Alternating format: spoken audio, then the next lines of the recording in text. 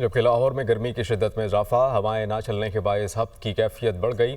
दर्जा हरारत में भी बतदरीज इजाफा होने लगा। आज कम से कम दर्जा हरारत 31 जबकि ज़्यादा से ज़्यादा दर्जा हरारत 40 डिग्री सेंटीग्रेड तक जाने का इम्कान है। मज़ीद जानते हैं सामिया सईद से।